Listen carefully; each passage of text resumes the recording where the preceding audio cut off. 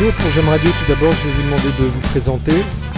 Bonjour, Amélie Caillet, je suis salariée du comité départemental de basketball, en charge avec mon collègue Jonathan Rivet du développement du 3-3.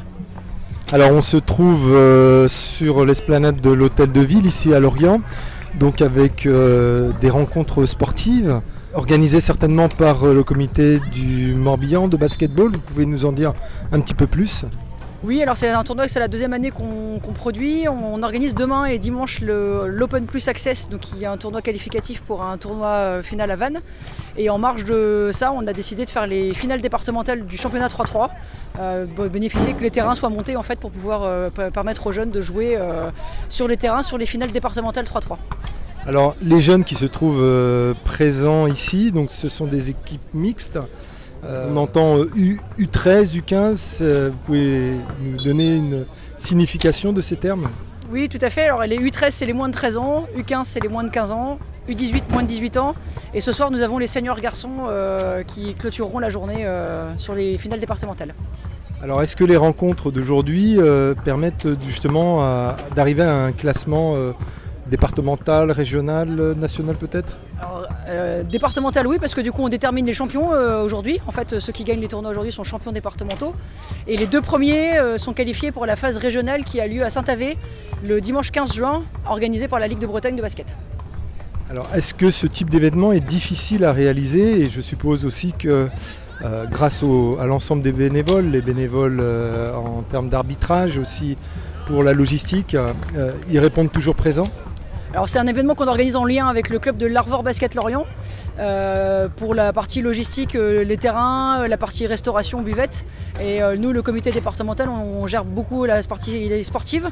Et donc du coup, les arbitres sont des arbitres officiels qui viennent bénévolement donner du temps sur les 3 jours. Et l'ensemble des bénévoles extérieurs, ce sont des bénévoles de l'Arvor Basket Lorient. Combien d'équipes présentes aujourd'hui ? Je pense que sur la totalité, on doit arriver à une trentaine d'équipes, je pense.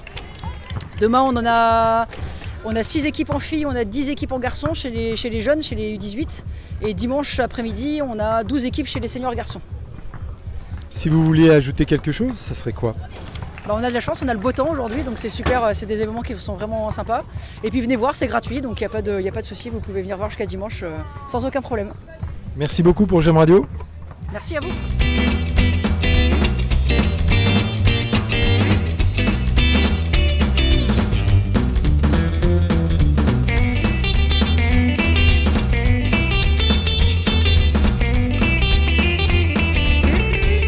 J'aime Radio, tout d'abord je vais vous demander de vous présenter. Donc, bonjour, Nicolas Rio, je suis coprésident de l'Arvor Basket Lorient. Et nous sommes avec... Et moi je suis Antoine Pestel, je suis arbitre au basket dans le département et à la Ligue. Alors un événement comme celui-là, ça représente beaucoup de temps, beaucoup d'investissement pour le réaliser ?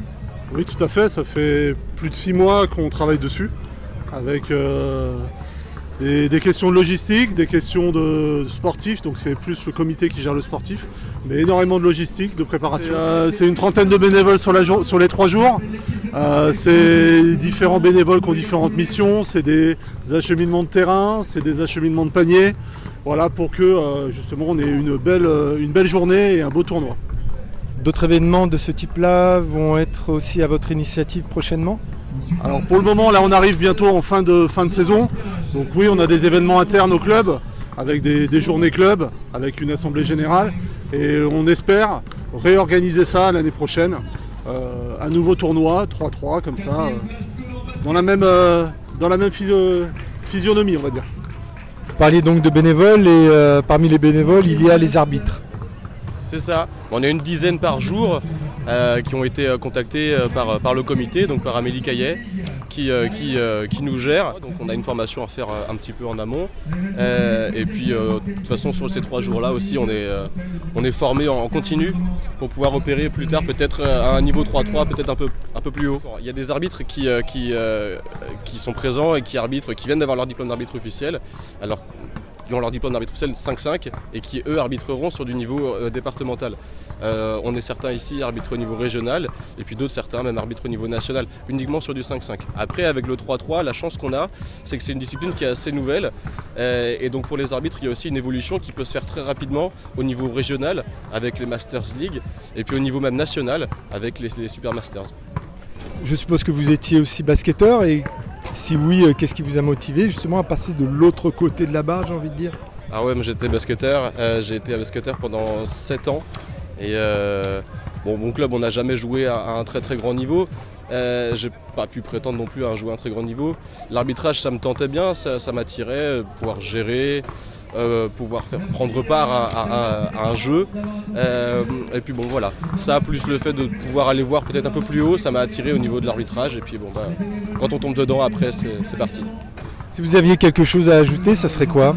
De faire découvrir le 3-3, c'est une discipline super, c'est très actif, ça n'a rien à voir avec le 5-5 et on voit bien que le fait qu'il y ait beaucoup d'équipes là, aujourd'hui, ça fait plaisir et puis je pense que c'est à renouveler et il y aura de plus en plus de jeunes à venir sur le 3-3 qui est une discipline, comme je le disais, totalement différente de 5-5, il y a beaucoup plus de place. Des fois on n'arrive pas à jouer en 5-5 parce qu'on n'a pas beaucoup de ballons, en 3-3 on a toujours le ballon, donc c'est ça qui est très très bien. C'est un jeu qui est très rapide, qui est assez fluide, qui peut convenir à des jeunes, même débutants en fait, qui ont eu l'habitude de jouer en street. C'est vraiment ouvert à tous, le 3-3 c'est accessible, c'est bien ça. Merci beaucoup pour GEM Radio et à très bientôt. Merci à vous. Merci.